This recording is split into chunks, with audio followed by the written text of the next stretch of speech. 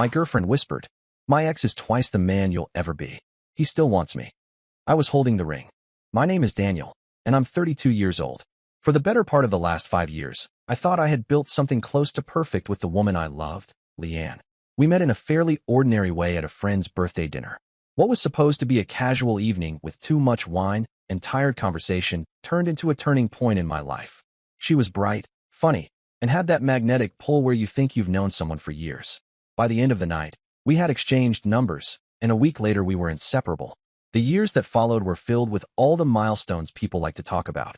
Moving in together, traveling, blending families at holidays, sharing bills, even arguing about furniture that never seemed to match. None of it felt like hardship. We were building something, or at least that's what I believed. I told myself this was the woman I'd marry, that the effort, the hours at work, the sacrifices were all lining up toward a future with her. I had been carrying the engagement ring for 3 months. It wasn't the most extravagant piece of jewelry, but it was bought honestly, with long hours stacked in the office, skipped vacations, and late nights crunching numbers to stay ahead in my job. Every time I opened the little box, I thought about her face lighting up, about the way her friends would scream when she showed them, about the steady pride in her parents' eyes. I rehearsed the moment 100 times. Some men want flash, fireworks, choreographed gestures. I just wanted intimacy and sincerity. That night, I picked a quiet rooftop restaurant. It wasn't packed, but it had a view over the city where the lights turned into a sea of reflections. The kind of view that made even bad days look small.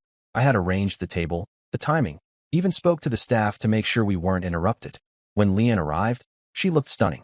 A black dress, hair pinned back, perfume that lingered in the air as if she wanted to leave traces of herself on every surface. We ordered wine, shared small talk, but I barely registered the food or the conversation. My chest felt like it was splitting with nerves. Finally, I reached into my pocket, pulled out the ring box, and set it on the table.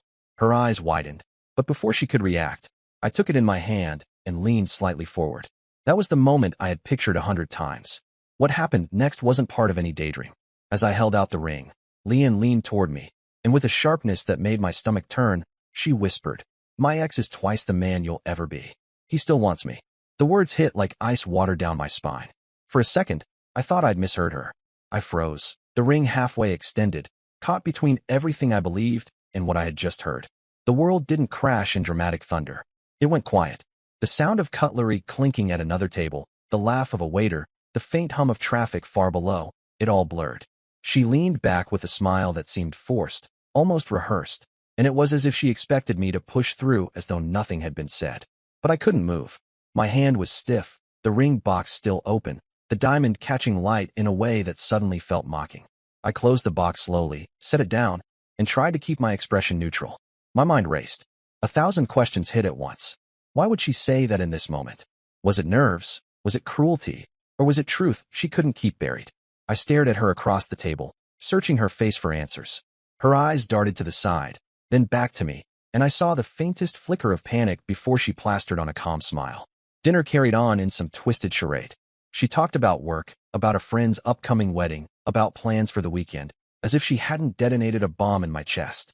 I nodded, responded where necessary, but inside I was unraveling. I watched her hands as she gestured, wondered if those same hands had touched someone else recently. I listened to her laugh, wondered who else had heard it in private. When the bill came, I paid in silence. The waiter asked if we wanted dessert. She declined with a laugh, slipping her hand onto mine across the table. The gesture that once made me feel anchored now made my skin crawl. I withdrew casually, pretending to adjust my sleeve. She didn't comment, but I saw her eyes narrow slightly. On the ride home, she spoke as though nothing had happened. I let her fill the silence. My brain was too busy replaying her whisper, dissecting every possible meaning. He still wants me. That wasn't a slip of the tongue. That was a revelation. Whether it was a deliberate attack or a truth she let slip, it couldn't be ignored. Back at the apartment, she moved with practiced comfort, kicking off her shoes, hanging her purse, scrolling through her phone. I excused myself, locked the bathroom door, and sat on the edge of the tub, staring at the tiles. My heart still pounded, not from nerves, but from betrayal taking shape in real time. The detective in me woke up that night. I couldn't let it go. If she had an ex still circling, still pulling strings, I needed to know. I lay in bed next to her, pretending to sleep, while she scrolled through her phone until nearly 2 in the morning. I watched the light from the screen reflect off her face, her expression tense, then smiling faintly, then serious again. I wondered if his name was on that screen. Over the next few days, my entire demeanor shifted. Outwardly, I was calm, maybe a little quieter than usual, but inside I was dissecting everything. I watched how often she checked her phone, how quickly she typed, and then locked the screen when I walked into the room. I noted the new clothes she bought without mentioning, the sudden need for extra shifts at her job, the mysterious late-night showers. None of it added up to coincidence. I started small, glancing at her unlocked phone when she left it on the counter, checking her call history when she went to shower. Patterns emerged. A number without a name appeared late at night, sometimes twice in a row, sometimes with long call durations. She would step out onto the balcony or sit in the kitchen with the lights off, speaking in low tones I couldn't make out. One night, I waited until she fell asleep. I scrolled through her messages, and though most had been deleted, one thread remained. The contact name was hidden under something generic, but the messages were clear enough. I'll make time soon. Last night was dangerous, but worth it. He suspects nothing. My chest tightened, but I screenshotted everything, emailed it to myself, then deleted the evidence of my snooping. The irony wasn't lost on me. I had gone from planning a proposal to staging my own investigation. I wasn't a jealous teenager rifling through his girlfriend's diary. I was a man being handed clues one by someone who didn't respect me enough to cover her tracks. The real breaking point came when she claimed she was meeting a co-worker for drinks after a late shift. Something in her tone was off. I followed. I stayed far enough behind not to be noticed, but close enough to keep her in sight. She wasn't heading downtown, where her co-workers usually met. She walked 3 blocks the opposite direction, toward a quieter part of the city. I parked and waited. A car pulled up. She glanced around, then climbed into the passenger seat. The man behind the wheel wasn't a co-worker. Even from the distance, I could tell by the way she leaned toward him, the casual intimacy of the movement, that this wasn't platonic. They drove off, leaving me gripping the steering wheel so tightly my hands ached. That was the night I knew the whisper wasn't just cruelty or nerves. It was truth. Her ex wasn't in the past. He was right here, active, waiting, and she was feeding him pieces of my life behind my back. And I was holding a ring, thinking about forever, while she was calculating in silence. After following Leanne into that car, I spent the drive home in silence, replaying every detail in my head. I hadn't seen the man's face clearly, but I didn't need to. The body language told me enough. She had leaned in with comfort, not hesitation. It wasn't some awkward rideshare pickup or a coworker lending a lift. It was routine, familiar, deliberate. Lying awake that night, I thought back to the whisper in the restaurant. My ex is twice the man you'll ever be. He still wants me. At the time, I thought it was venom, maybe an insult thrown in the wrong moment. Now I understood. It wasn't a slip. It was a confession she buried under a smile. By morning, my perspective had shifted completely. I couldn't live another day in ignorance. If she was still tethered to her ex, I needed proof solid enough that she couldn't gaslight her way out of it. Something undeniable. Something I could use if things escalated. I started with small steps. Every morning, Leanne left for work around 8. She worked at a dental office on the other side of town, but sometimes claimed she stayed late to help close. I called the office one afternoon under the pretense of scheduling an appointment.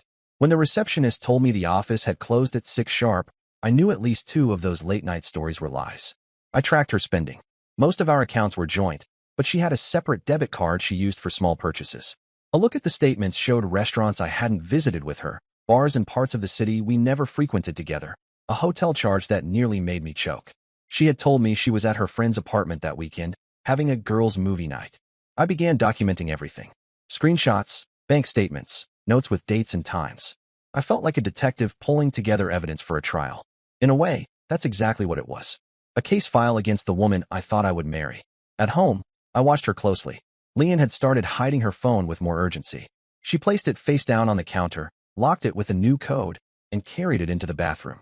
She claimed it was because clients sometimes sent private details, but I knew better. Her phone wasn't a tool anymore. It was a vault. One night, she left it charging in the kitchen while she showered. My chance. I'd seen her enter the new code enough times to know the pattern. My hands shook as I unlocked it. Buried among work messages was the thread with the same unnamed number. This time, the texts were fresh and damning. Last night wasn't long enough. He's distracted. We have more time than we think. You'll always have me, no matter what he gives you. My chest tightened. It wasn't just flirting. It was an ongoing relationship. And her ex, the man she compared me to, wasn't some past mistake. He was still in her present, still weaving himself into her schedule. The texts revealed more. Mentions of familiar places. A bar near the river, a hotel off the highway. A plan to meet again the following Thursday. That was when I decided to stop observing from the shadows. It wasn't enough to have screenshots or suspicions. I needed to see it myself. Thursday arrived. I told Leanne I had a late meeting at work, giving me the excuse to be absent. She claimed she had an office dinner.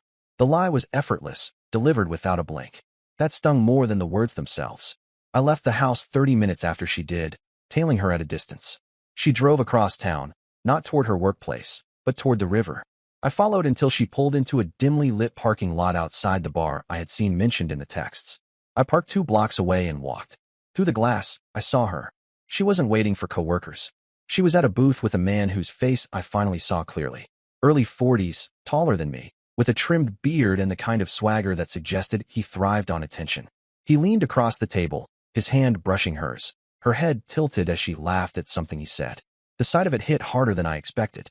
Screenshots had been one thing. Seeing her across the room, smiling with him in ways she no longer smiled at me, made the betrayal real. I snapped a photo on my phone, my hand steady this time. The image of her leaning toward him, his hand over hers, was proof I could never ignore. I didn't go inside. I didn't confront her in front of strangers. Not yet. When she got home later, she smelled faintly of his cologne.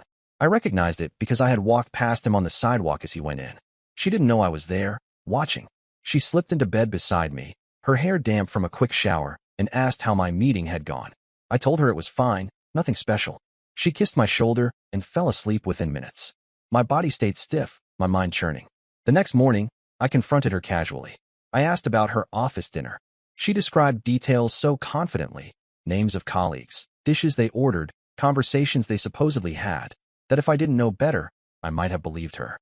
That was when I realized how deep her lies ran. She didn't stumble. She didn't hesitate. She built her lies like scaffolding, layer by layer, confident no one would ever test them. But I was testing them. Every detail. Over the next week, I dug further. I checked her phone records, cross-referenced them with the receipts I'd pulled, even drove past the places mentioned in her texts. Each trip confirmed more of the puzzle. Hotel stays disguised as sleepovers. Afternoons off work she never told me about. Cash withdrawals that funded their nights together. One afternoon, while she claimed she was shopping with her sister, I followed her again. This time, she met him outside a gym. She climbed into his car, and they drove to a hotel parking lot. I didn't follow them inside. I didn't need to. I already had the picture clear in my mind. But as I sat there, watching the minutes crawl, I felt something shift inside me. It wasn't grief anymore. It wasn't even rage. It was calculation. She had handed me every piece of evidence I needed, and I had gathered it methodically. Screenshots, receipts, photos, times, dates. A file no one could argue against. The detective work consumed me. I mapped their meetings, noticed patterns. Mondays and Thursdays were their prime days. Texts increased on weekends. Calls spiked late at night when she claimed to be watching shows in the other room. At one point, I stumbled onto something that chilled me. In a deleted message I managed to recover, he wrote, "Leave him. You know I can give you better." Her response, "Not yet. He pays the bills. We can take our time." That was the final crack. It wasn't just betrayal of love, it was betrayal of everything I had provided. I wasn't a partner in her eyes. I was a bank, a safety net, a placeholder until she decided he could replace me fully. By the end of the second week, I had more than enough. But something in me didn't want to end it quietly. If I walked away with my evidence, she'd spin her own version to family and friends. She'd claim I was controlling, jealous, or unhinged. She was clever enough to twist it. I wanted the truth exposed in a way she couldn't rewrite. So I waited, watched, collected more. Each day felt like preparing for a trial, except the courtroom was my own living room, and the jury was everyone who thought we were happy. And every night, as she lay beside me, I thought about the ring still hidden in my dresser drawer. The ring meant for her, sitting useless while she whispered promises to someone else. That ring wasn't a symbol of love anymore. It was evidence of the life I almost gave to a liar. There comes a point when silence starts to corrode your own sanity. I had gathered enough proof to fill a folder, but every night I lay beside Leanne, pretending to sleep while she typed away at her phone. It gnawed at me. I wasn't sure anymore whether the act of collecting evidence was about justice or about stalling, as though part of me still clung to the illusion that it might not be true. But the truth was already carved deep. The decision to confront her wasn't dramatic. It was quiet, almost mechanical. I woke one morning and knew I couldn't keep living in the shadows. She wasn't just cheating. She was using me, stringing me along for stability while she shared her real life with him. The longer I let it go, the more I played the fool. That Thursday, she left the apartment dressed as if she were going to work. I knew better. Her office didn't open for another 2 hours, and the makeup she wore wasn't for dental patients. I let her leave first, then followed at a distance. She walked 3 blocks, then turned the corner toward the gym where I had seen her before. I parked near an alley, waiting, hands gripping the steering wheel hard enough that my knuckles went white. A car pulled up, the same one I had followed weeks earlier. He stepped out this time, and I finally saw him clearly in daylight. Mid-40s, dark hair flecked with gray, expensive running shoes, and the kind of self-satisfied smirk I had grown to expect from the tone of his texts. She smiled when she saw him. It wasn't the polite smile she gave to strangers. It was warmth, comfort, familiarity. She touched his arm, leaned in closer than necessary. My stomach twisted. I didn't wait. I stepped out of my car and walked toward them. My heart was pounding, but my stride was steady. Leanne noticed me first. Her body went rigid, her mouth falling open as if she had seen a ghost. He turned, squinting, sizing me up with a look that mixed irritation with curiosity. "Daniel," she stammered, voice higher than usual. "What are you?" I cut her off. "Save it. I've been watching for weeks." The man smirked, as if this was all an amusing inconvenience. "So you're the fiancé," he said, his tone almost casual. "She told me you'd figure it out eventually." The arrogance in his voice snapped something inside me.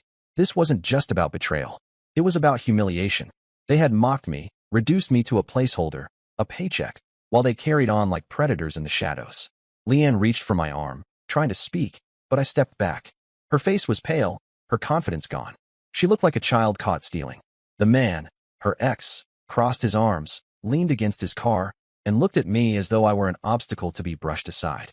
"You're done here," I told her. My voice was steady, almost too calm. "I have everything, messages, receipts, photos. Don't bother lying."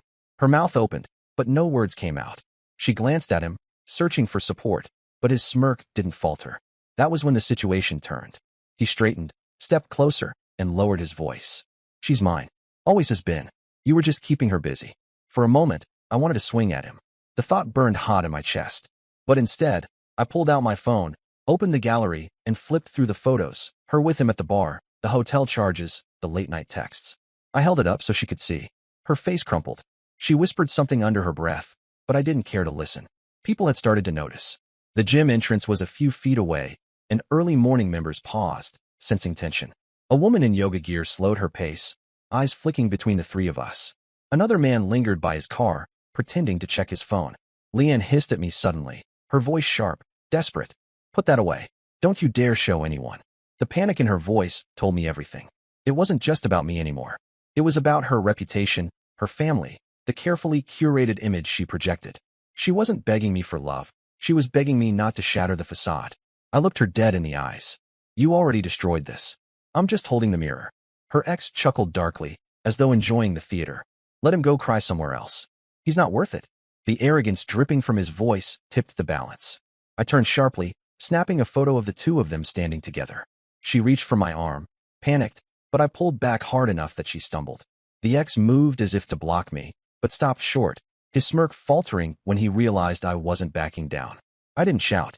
I didn't throw punches. I simply walked away, phone in hand, evidence secured. But the confrontation had already drawn attention. By the time I reached my car, I could feel the eyes of strangers following me, whispers already spreading. The kind of whispers that turn into stories retold at dinner tables. When I got home, the apartment felt foreign. Every photo of us together on the walls, every mug in the cupboard, every throw blanket she had picked, it all felt contaminated. I paced the living room, heart still racing, trying to decide what came next. Leanne arrived an hour later.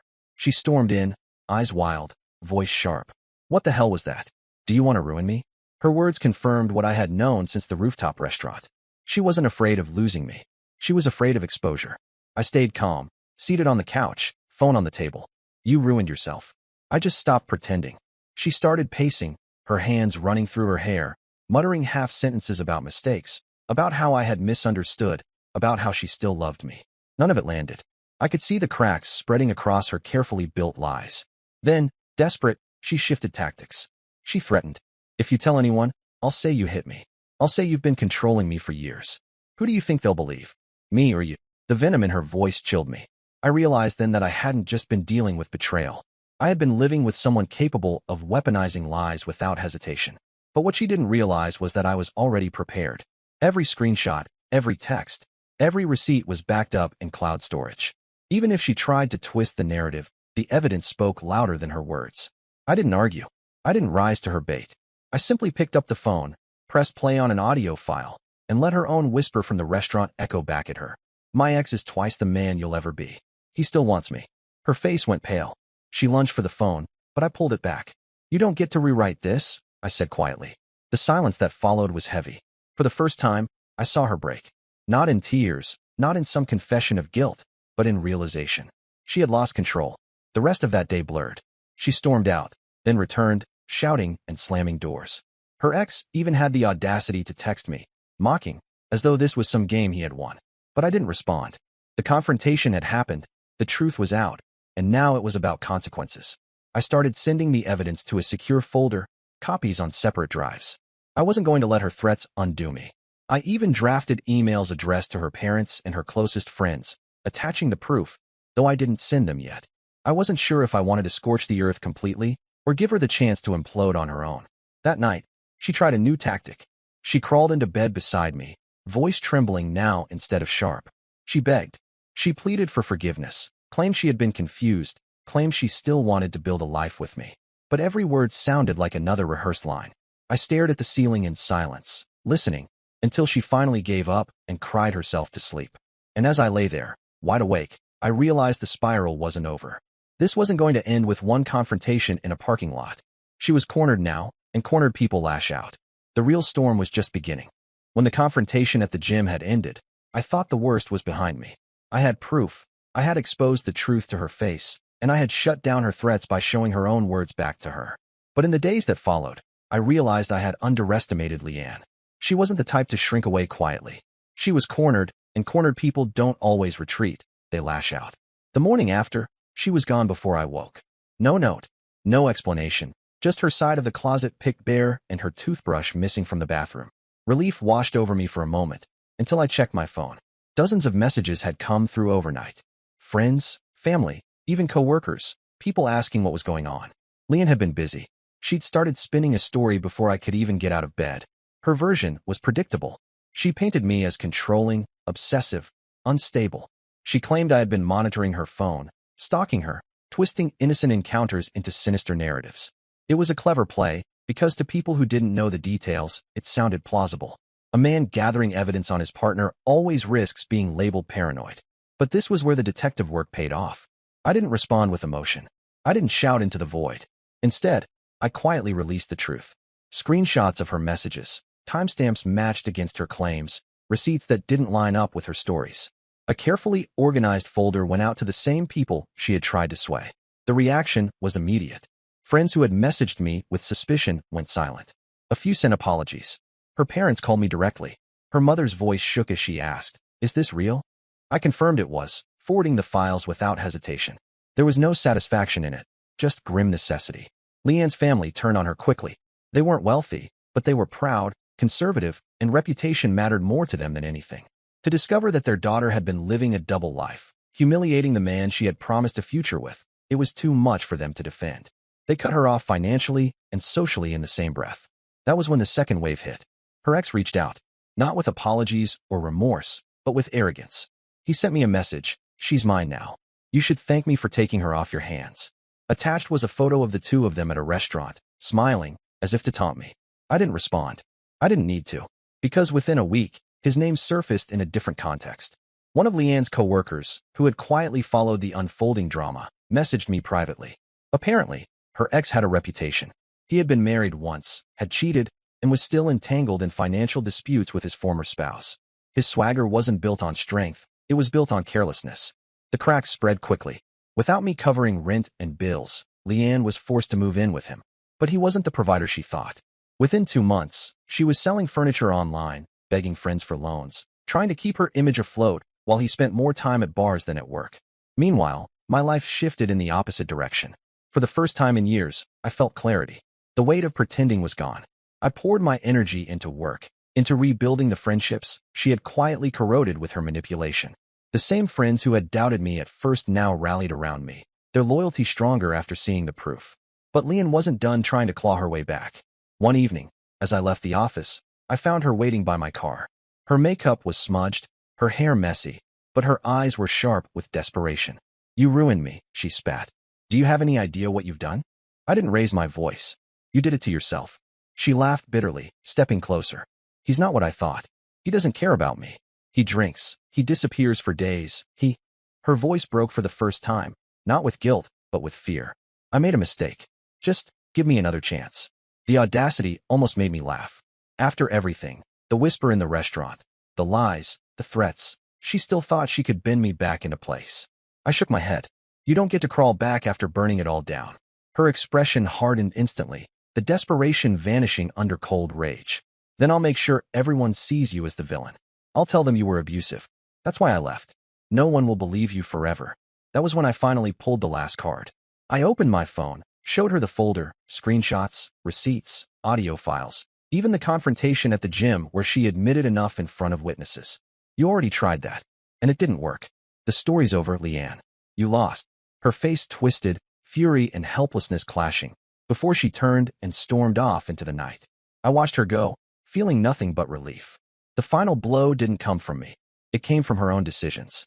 A month later, word spread that she had been fired from her job, not for her personal life, but because she had been skipping shifts, arriving late, and leaving patients stranded.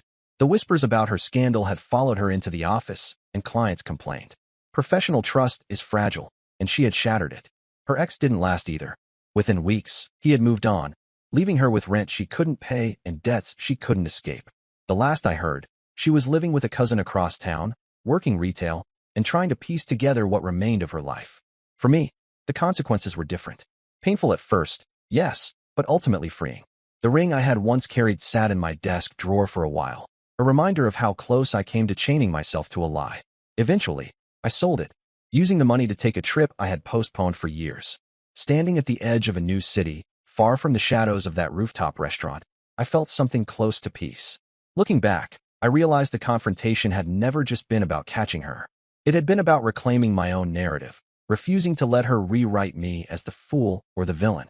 By documenting, by confronting, by refusing to bend, I had stripped her of the power she thought she held. The consequences weren't clean or neat. Families fractured, friendships tested, reputations scarred. But that's how betrayal plays out in the real world. It doesn't end with a single fight or a dramatic exit. It lingers, it spreads, and it reshapes everyone it touches. For Leanne, it left her isolated, exposed, and scrambling for stability. For me, it left scars, but also clarity. And for anyone watching from the outside, it was a lesson. The truth doesn't always roar. Sometimes it sits quietly in a folder, waiting for the right moment to destroy the lies built around it.